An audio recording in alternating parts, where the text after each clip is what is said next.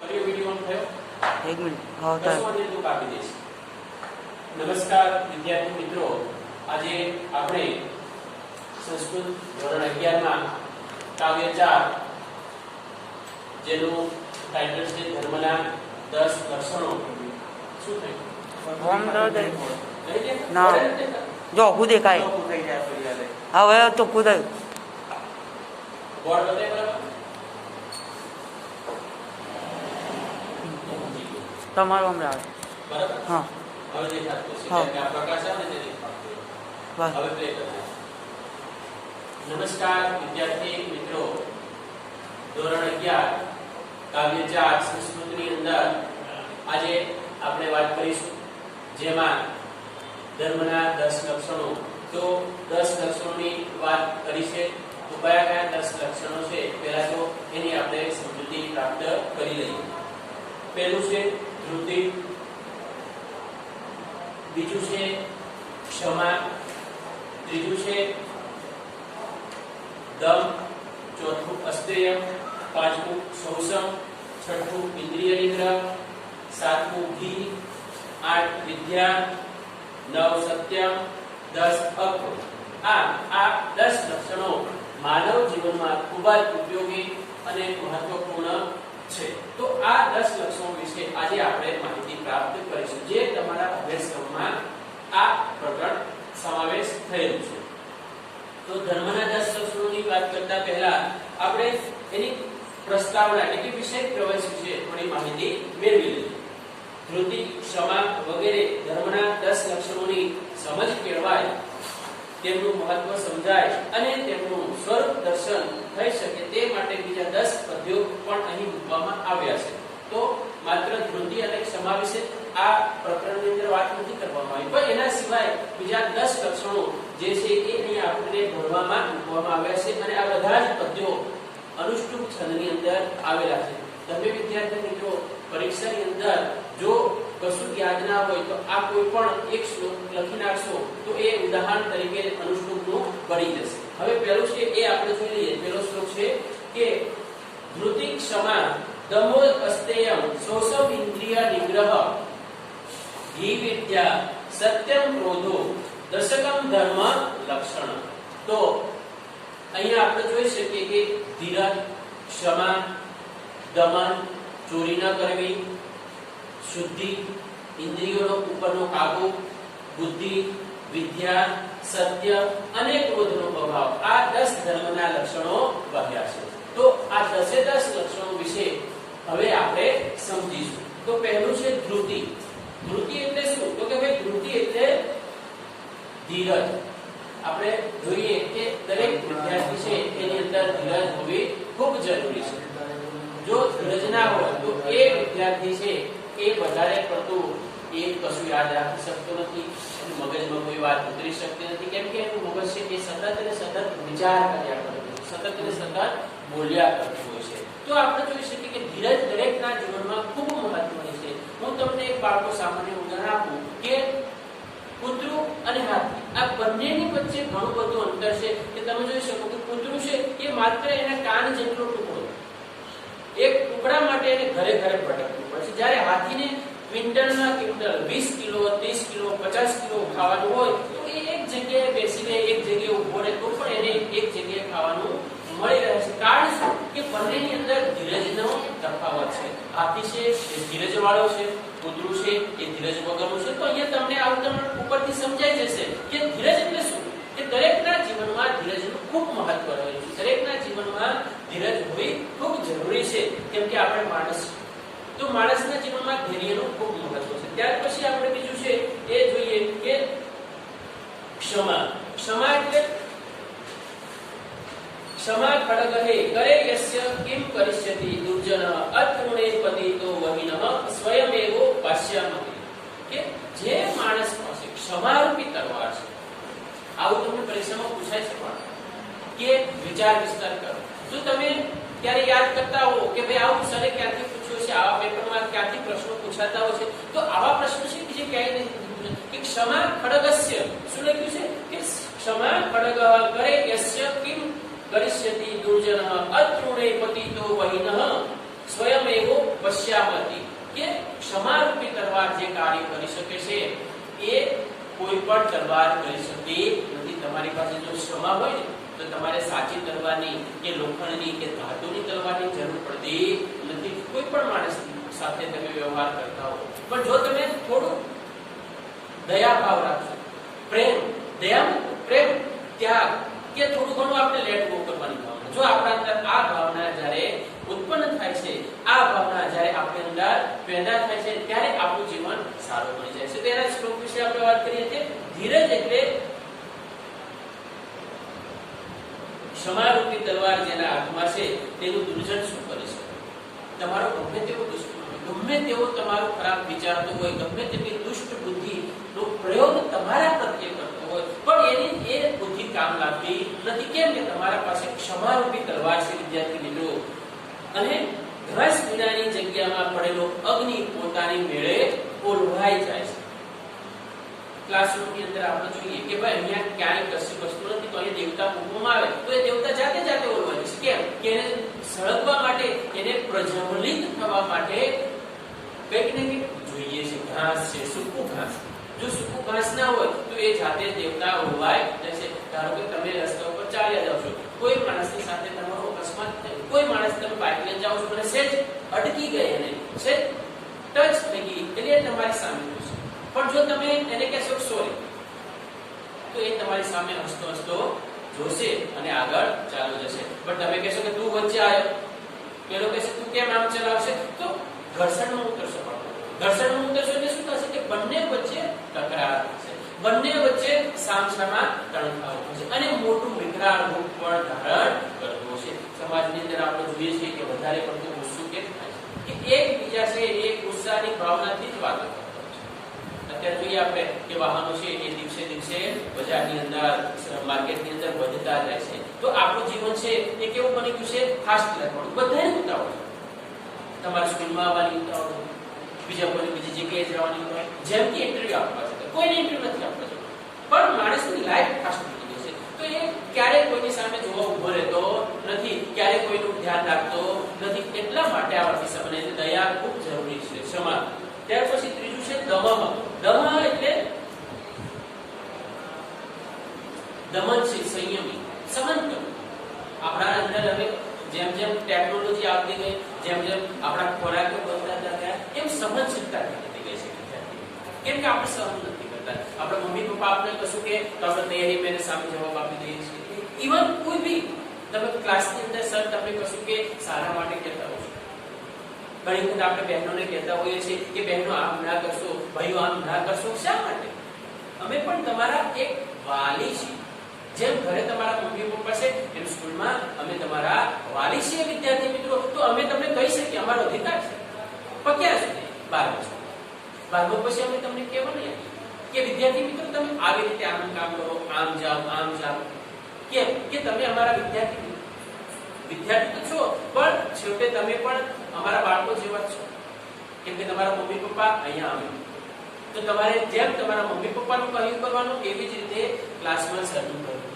ઘણી વખત એવું થતું હોય છે કે વિદ્યાર્થીઓ, છોકરીઓ મા બાપનું કહ્યું નથી કરતા, પણ સરનું કહ્યું કરે છે. પહેલાના અમારે ઘણા એવા કિસ્સાઓ બનતા હોય છે કે મા બાપ છે એ અમને કે સાહેબ તમે મારી બેબીને સાંભળો, તમે મારા બાબાને સાંભળો. અમે કહેતા ઘણી વખત ફોન કરીએ છીએ કે અમારા કહેવાનું તમારું કહ્યું માનશે અને રિયલીમાં એનું પરિણામ પણ મળતું હોય છે. માટે સહનશીલતા ખૂબ આપણા અંદર જરૂરી છે. તો એના શ્લોકની વાત કરીએ કે ન હસ્યતિ મહદર્થે વ્યસને ચ શોષતિ સવે પરિમિતિ પ્રજ્ઞ સદાંતો વિજ ઉચ્યતે. તો એના ભાષાંતરની આપણે વાત કરીએ કે જે મોટા કાર્યને માટે હર્ષ પામતો નથી, કે ભાઈ મેં આવું કરી નાખ્યું, આમ કરી નાખ્યું, એવું કરવાને કારણે જે ખુશ થતો નથી, હર્ષ પામતો નથી અને આખતમાં શોક કરતો નથી. ઘણી વખત આપણે ઓછા માર્ક્સ આવે એટલે રડી પડીએ છીએ. પણ વિદ્યાર્થી મિત્રો, તમારે ઓછા માર્ક્સ નથી, તમારે તમારી મહેનતનું પરિણામ મળ્યું છે કે તમે જેવી મહેનત કરી છે, જેવું કામ કર્યું છે, એવું તમને પરિણામ પ્રાપ્ત થયું છે. એમાં તમારો વાંક છે, તમારો દોષ છે એવું આપણે નથી. પણ તમે તમારી નીચે તમારા કરતા ઓછા માર્ક્સ વાળા વિદ્યાર્થી સાથે કે એનામાં અને મારામાં કંઈક છે, અને પછી તમારી કરતા વધારે માર્ક્સ વાળા વિદ્યાર્થી કે એને કેટલી વધારે મહેનત કરી, કેટલી વાર એને શ્લોકોનું ભાષાંતર કર્યું, કેટલી વાર કલાક વાંચું, તો એની સાથે જો કમ્પેરિઝન કરશો તો તમને ખોટું દુઃખ નહીં થાય. ત્યાર પછી આગળ જોઈએ કે તે ખરેખર પ્રજ્ઞાવાન છે અને તે દમનશીલ દ્વિજ કહેવાય છે. દ્વિજ એટલે સંયમી. ફરી એ શ્લોકનું ભાષાંતર આપણે કહીએ કે જે મોટા કાર્યને માટે હર્ષ પામતો નથી અને આફતમાં શોક કરતો નથી, તે ખરેખર પ્રજ્ઞાવાન એટલે બુદ્ધિશાળી છે. તે દમનશીલ દ્વિજ કહેવાય છે. આ માણસ છે એ સાચો દ્વિજ છે કે સંયમી.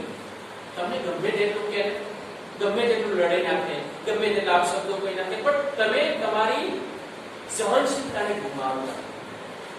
ઘરે પણ તમારે વિદ્યાર્થી મિત્રો આ કરવાનું છે કે તમારા મમ્મી પપ્પા તમને લડે તો તૈયારીમાં જવાબ. ઘણા વિદ્યાર્થી મિત્રો સામે બોલતા હોય છે, ઘણા મા બાપા એમ કરે કે સર અમારું કશું સાંભળતા નથી, અમને તૈયારીમાં જવાબ આપી દેતા હોય છે.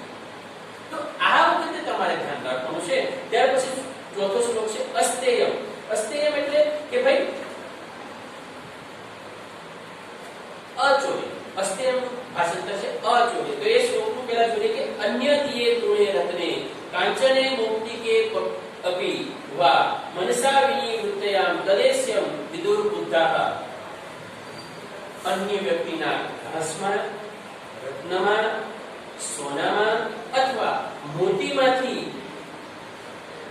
જે વ્યક્તિ મોતીમાં મનથી પણ જે નિવૃત્તિ પામે છે કે કોઈની વસ્તુ, ધારો કે ઘાસ હોય, રત્ન હોય, મોતી હોય, બધી જ બાબતથી નિવૃત્તિ પામે છે કે વિમુખ રહે છે, જોતો પણ નથી, તેને સમજદાર માણસો અચોર્ય કહે.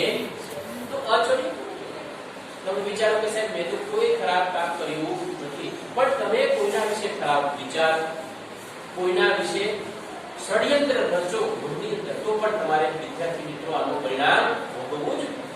તમને એવું લાગે કે મેં કશું ખોટું, પણ એ ખોટું કરવાના જવાબદાર છે.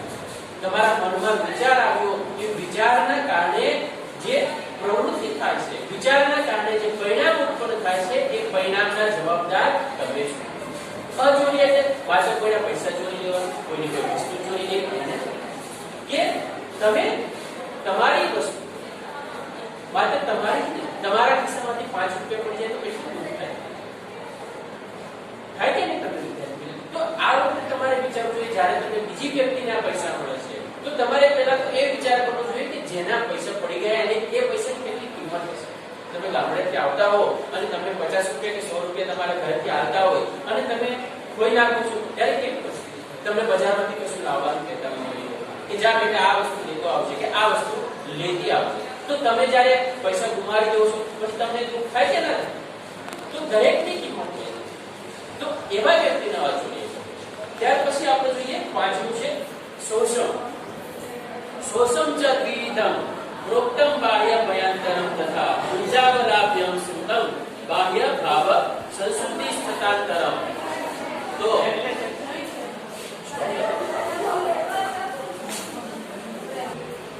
શોષમ ચ વિવિધમ પ્રોક્તમ બાહ્ય ભયાંતરમ તથા ઉંજાવલાભ્યમ સુતમ બાહ્ય ભાવ સંસ્કૃતિ સ્થાનાંતરમ. તો એનું ભાષાંતર આપણે જોઈએ કે શુદ્ધિ બે પ્રકારની કહેવાય છે, બાહ્ય અને આંતરિક. માટી અને જળ વડે બાહ્ય તથા ભાવનાની શુદ્ધિને આંતરિક શુદ્ધિ કહેવાય છે. વિદ્યાર્થી મિત્રો, આપણે બે પ્રકારથી સ્નાન કરી શકીએ છીએ. એક તો મનથી અને તનથી. તનથી એટલે બાહ્ય રીતે તમે સાબુ શેમ્પૂનો ઉપયોગ કરી અને તમારા શરીરને સ્વચ્છ કરી શકો છો, પણ જે તમારા મનની અંદર મેલ ભરાઈ ગયો છે, મનની અંદર જે ગંદકી ભરાઈ ગઈ છે, એ મલિનતાને તમે ધોઈ શકતા નથી. એના માટે તો તમારા વિચારો, તમારી ભાવના શુદ્ધ કરો. તમે કોઈના પ્રત્યે સારો વિચાર રાખો, કોઈના પ્રત્યે સારી ભાવના રાખો, ત્યારે એ મનની શુદ્ધિ કહેવાય છે. ત્યારે એ ભાવની શુદ્ધિ કહેવાય. આપણે ભાવથી શુદ્ધ થવાનું છે, મનથી શુદ્ધ થવાનું. માત્ર શરીરથી તો આપણે રોજ નાહતા હોઈએ છીએ, દરેક વિદ્યાર્થી નાહતા છે. કોણ નથી નાહતું? મને તમે સ્કૂલમાં આવો છો તો નાહ્યા વગર આવો છો? બધાય નાહે છે. હું તો ઘણા બધા તો મારા જેવા છે તો ઘરે જઈને નાહતા છે. તો એનાથી મન શુદ્ધ નથી. મનની અંદર જે મેલ ભરાઈ રહેલો છે એ તો કાયમી ધોરણે ભરાયેલો છે. તો મનથી શુદ્ધ થવાની વાત છે.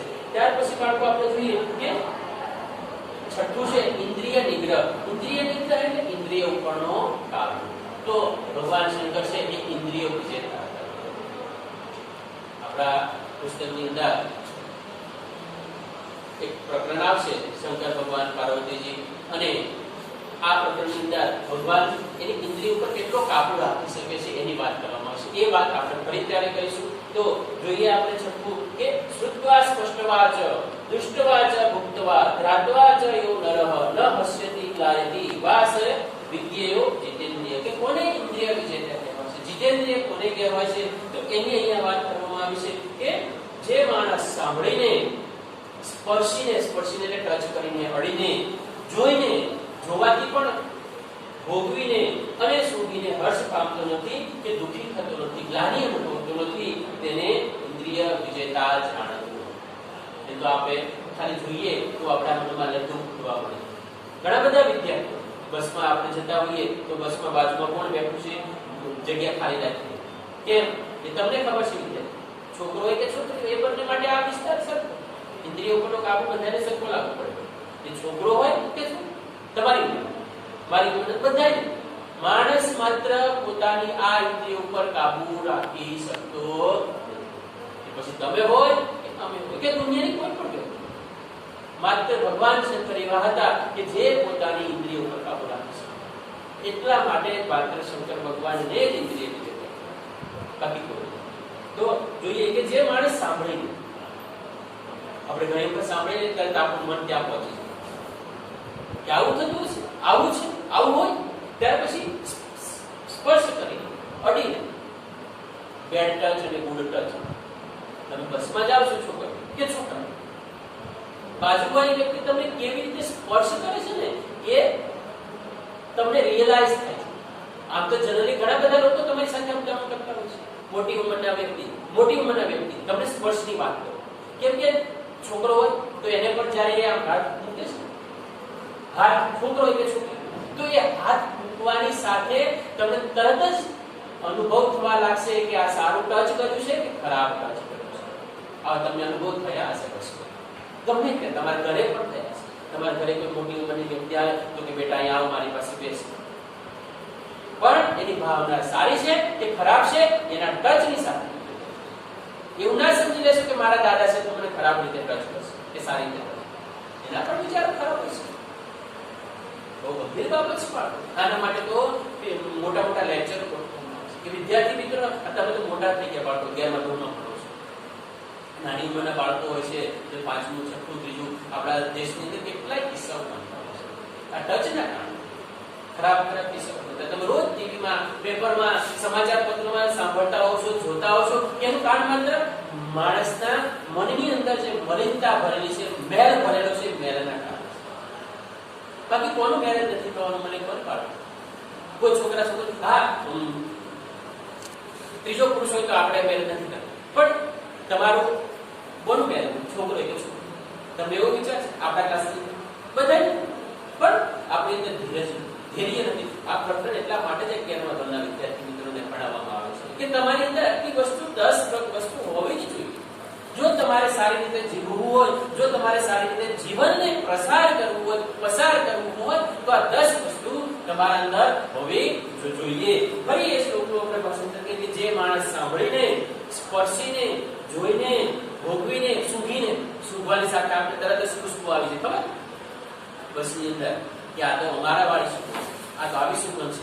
તો જે ખુશ થતો નથી કે દુઃખી થતો નથી એને ઇન્દ્રિય વિજેતા જાણવો જોઈએ. એટલા માટે માત્ર ભગવાન શંકરને ઇન્દ્રિય વિજેતા કહેવામાં આવે છે, બાકી કોઈને ઇન્દ્રિય વિજેતા કહેવામાં આવતો નથી. વિદ્યાર્થી મિત્રો, ત્યાર પછી 7મો શ્લોક છે ગીહ. ગીહ એટલે બુદ્ધિ. તો એનું આપણે શ્લોક જોઈએ તો કે ભાઈ પ્રવૃત્તિમ ચ નિવૃત્તિમ, પ્રવૃત્તિમ ચ નિવૃત્તિમ ચ કાર્યો કાર્યા ભયા ભય બંધમ મોક્ષમ ચ યા વેતી બુદ્ધિહ સા પાર્થ સાત્વિકી. તો હે પાર્થ, કોને સાત્વિકી બુદ્ધિ કહેવાય? સત્વ ગુણ વાળી બુદ્ધિ કોને કહેવાય છે? તો હે પાર્થ, જે બુદ્ધિ પ્રવૃત્તિ અને નિવૃત્તિને, તો તમારી જે બુદ્ધિ છે એ પ્રવૃત્તિને, નિવૃત્તિને, કાર્ય અને અકાર્યને, ભય અને અભયને તથા બંધન અને મુક્તિને જાણે છે.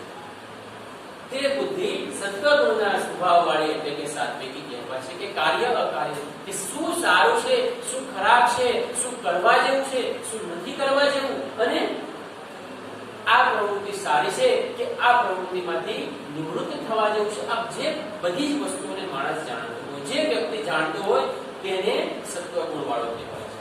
એમનો સત્વગુણ વાળો આપણે કહી શકતા નથી. સમાજની અંદર ઘણા બધા માણસો છે ઢોંગ કરતા હોય, નાટક કરતા હોય છે, સારા બનવાના, સારા થવાના નાટક કરતા હોય છે, મોટી મોટી વાતો કરતા હોય છે. અમે પણ તમને કહીએ છીએ બાળકો કે બધી વસ્તુ તમારે વિચારવાની. તમે 11માં ભણો છો માટે આ પ્રકરણ તમને આપ્યું છે કે તમે આ બધી વસ્તુનો જો વિચાર કરશો લાંબા ગાળે તમે આ વસ્તુ દરેકને આ પ્રકરણ છે કોઈ સમાજને કોઈ ધર્મને લાગુ પડતું નથી, દરેક માણસને લાગુ પડે. દરેક માનવીના જીવનમાં એ પછી ઇન્ડિયામાં રહેતો હોય કે વિદેશમાં, હિન્દુ હોય, મુસ્લિમ હોય, શીખ હોય કે પારસી હોય, આ બધા જ ધર્મના લોકોને આ વસ્તુ લાગુ પડે છે. વિદ્યાર્થી મિત્રો, ત્યાર પછી આપણે આટલો શ્લોક જોઈએ કે વિદ્યા અનેક સંશય છેતી પરોક્ષાર્થસ્ય દર્શકમ સર્વસ્ય લોચનમ શાસ્ત્રમ યસ્ય નાસ્ત્ય એવં સહ. તો બહુ સરસ વાત કરી છે કે અનેક સંશયોને દૂર. તો જ્યારે વિદ્યા માણસને પ્રાપ્ત થાય, વિદ્યા એટલે જ્ઞાન, તમારા અંદર જ્ઞાન જ્યારે આવે છે ત્યારે તમારા મનના કેટલાય સંશયો, કેટલી શંકા કુશંકાઓ દૂર થઈ જાય. ઘણી વખત વિદ્યાર્થી મિત્રો આંખે જોયેલું પણ સાચું નથી હોતું. આંખે જોયેલું પણ સાચું નથી હોતું. રોડ ઉપર આપણે જતા હોઈએ અને છોકરો છોકરી જતા હોય તો આપણે તરત જ વિચાર કરીએ. સાચું બોલજો વિદ્યાર્થી મિત્રો કે આપણે તરત જ કયો વિચાર કરીશું? ભાઈ બહેનો નહીં કરે. મારી વાત તમારી મને કે તરત જ મને વિચાર આવે કે ભાઈ બહેન, પણ હકીકતમાં ભાઈ બહેન હોય શકે. માટે અહીંયા કહ્યું છે કે જ્ઞાન એટલે કેવું જ્ઞાન કે આપણે જોઈએ એ પણ ક્યારેક ખોટું હોય છે. આપણી આંખો પણ ક્યારેક વિશ્વાસઘાત કરતી હોય છે આપણી સાથે કે આપણે જેટલી વસ્તુ જોઈએ એટલી આવી જ નહીં, એ સારી પણ છે, એના હેતુ ખરાબ પણ ના હોઈ શકે.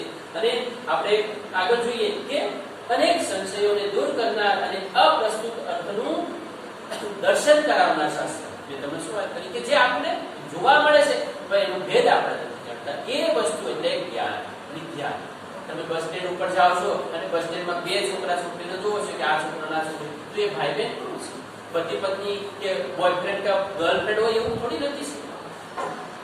સારા સંબંધ પણ હોઈ શકે ને વિદ્યાર્થી મિત્રો. માટે વિદ્યા જેને પ્રાપ્ત થાય છે, જ્ઞાન જેને પ્રાપ્ત થાય છે, એ વ્યક્તિની આંખ ખુલી જાય. તો એ સરસ લખ્યું છે આ શ્લોકની અંદર કે અનેક સંશયોને દૂર કરનાર અને અપ્રસ્તુત અર્થનું દર્શન કરાવનાર શાસ્ત્ર સૌનું નેત્ર છે, જેની પાસે તે નથી તે આંધળો જ છે.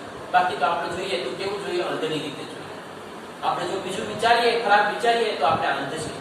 અંધમાં અને આપણામાં કોઈ ફેરફાર નથી, કેમ કે અંધ તો જોઈ શકતું નથી. માટે એ વિચાર છે તો આપણે તો જોઈ શકીએ, દેખતા હોવા છતાં પણ જ્યારે ખરાબ વિચારીએ છીએ, ખરાબ જોઈએ છીએ, ખરાબ સાંભળીએ છીએ, ત્યારે એ અંધ કરતા પણ આપણે ખરાબ છે.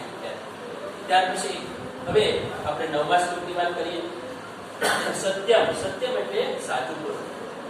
કે યથાર્થ કથનમ યસ્ય સર્વલોક સુખપ્રદત્ય તત સત્યમિતિ વિજ્ઞેયમ સત્યમ તદપર્યયઃ. કે જે વાસ્તવિક કથન છે, એના ભાષાંતરની આપણે વાત કરીએ કે જે વાસ્તવિક કથન છે અને જે સર્વ લોકોને માટે સુખ આપનાર છે તે સત્ય છે એમ જાણવું. સત્ય તેનાથી ઉલટું હોય છે.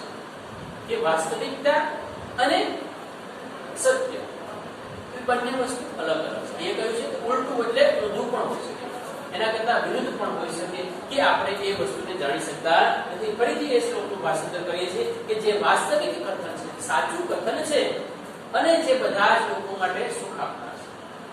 ઘણી વખત આપણે આપણા સમાજની અંદર જોઈએ કે કાકા જોડે, કાકી જોડે, મામા, ઘણા બધા આપણા સંબંધો, એ બધા જોડે આપણે સારા રહેવાનું થાય. સારા આપણે ક્યારે રહી શકીએ? જ્યારે ખોટું બોલી શકીએ. તો સત્ય એના કરતા ઉલટું છે કે બધા જોડે સાચું બોલીએ તો આપણે કેવા બની જઈએ? કડવા બની જઈએ. આપણા બધા જોડે સંબંધ સારા રહેતા નથી, આપણા સંબંધ બગડી જતા હોય છે. માટે આવી વાત બધા જોડે સારા સંબંધ રાખવા માટે આપણે શું કરવું પડે? ખોટું અને સાચું બોલીએ તો બધા જોડે સારા સંબંધ રહેતા નથી. અમુકને સારું લાગે, અમુકને ખરાબ લાગે. તો ઉલટું એટલા માટે એ બધી વસ્તુ બધા જોડે સાચી હોય, બધા જોડે સાચું બોલી શકીએ એ બની શકતું નથી. માટે સમાજમાં સાચું અને ખોટું બંને ચાલે છે અને સત્ય આના કરતા બધું છે વિદ્યાર્થી મિત્રો. અને છેલ્લું અક્રોધઃ. અક્રોધઃ એટલે કે જે ક્રોધ ન કરે. સમાજમાં તમે કોઈ એવી વ્યક્તિ મને બતાવો કે જે ક્રોધ ના કરે. કોણ ક્રોધ ન કરે? તમે હું બધા આપણે ક્રોધ કરતા હોઈએ છીએ કે તપતે યતતે ચૈવ યત્સદારં પ્રયચ્છતિ ક્રોધો હિ સર્વં હરતિ તસ્માત ક્રોધમ વિવર્જયતે. કે ક્રોધ માણસનું બધું જ હરી લે છે. હરી લે એટલે છીનવી લે છે માણસનું સુખ, સંપત્તિ, ધન, દોલત બધું જ વસ્તુ આ ક્રોધ છીનવી લે છે. તમે ગમે તેટલા જ્ઞાની હોય, તમારું જ્ઞાન સન્માન ગમે તેટલું સમાજની અંદર હોય, ગામની અંદર હોય, પણ જો તમે ક્રોધ કરો છો, ગુસ્સો કરો છો તો આ બધી વસ્તુ તમારી છીનવી લેશે. તેના પાછળથી આપણે વાત કરી કે જે તપ કરે છે. તપ મતલબ પરિશ્રમ. જે પ્રયત્ન કરે છે અને દાન આપે છે. તપ, પ્રયત્ન અને દાન. ક્રોધ તેનું બધું હરી લે છે. તેથી ક્રોધનો ત્યાગ કરવો જોઈએ. વિદ્યાર્થી મિત્રો, ક્રોધ એ બધાને આવતો છે. તમને મને બધાને. દુનિયામાં કોઈ એવો માણસ નથી કે જે ક્રોધ ના કરે, પણ આપણે એની ઉપર કાબુ મેળવવાનો પ્રયત્ન કરવો. આપણે ઘણી વખત ઘણી વ્યક્તિ ઉપર ગુસ્સો આવતો છે. તમને મારી પર ગુસ્સો આવે છે. ઘણી વખત તમને ગુસ્સો આવતો હોય. ઘણી વખત તમને અપશબ્દો કહેવાનું મન થતું હોય છે તમને કે સાહેબ તો રોજ આ જ પ્રકાર કરતા હોય છે, આ જ બકવાસ કરતા હોય છે. પણ વિદ્યાર્થી મિત્રો, અમે અમારી ફરજનું પાલન કરીએ છીએ. તમારી ફરજ માત્ર અમને સાંભળવાની છે. અમારી પાસેથી જે જ્ઞાન પ્રાપ્ત થાય તે જ્ઞાન પ્રાપ્ત કરવી એ તમારી ફરજ છે. એમાં તમને કંટાળો આવવો જોઈએ નહીં. અમને જો કંટાળો આવે તો પછી તમે કઈ રીતે ભણી શકો? તો આ બંને વસ્તુ તમારે ધ્યાનમાં રાખવાની છે કે અક્રોધ.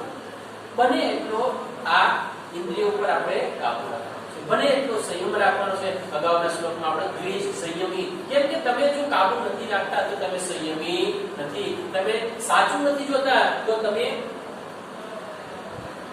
વિદ્યાને પ્રાપ્ત કરવાને લાયક નથી. સાચું ક્યારે જોઈ શકીએ? કે જ્યારે આપણી પાસે જ્ઞાન હોય. જ્યારે આપણી આ જ્ઞાનરૂપી ઇન્દ્રિય જ્યારે કાર્યરત હોય ત્યારે આપણે સાચું જોઈ શકીએ. બાકી તો તમને જે દેખાય છે, મને જે દેખાય છે એ સાચું હોતું નથી. ઘણી વખત એનાથી વિરુદ્ધ પણ હોય છે. ઘણી વખત એનાથી ઉલટું પણ હોઈ શકે છે. તો વિદ્યાર્થી મિત્રો, અહીંયા આપણે ચોથું કાવ્ય પૂર્ણ કરીએ છીએ. નમસ્કાર.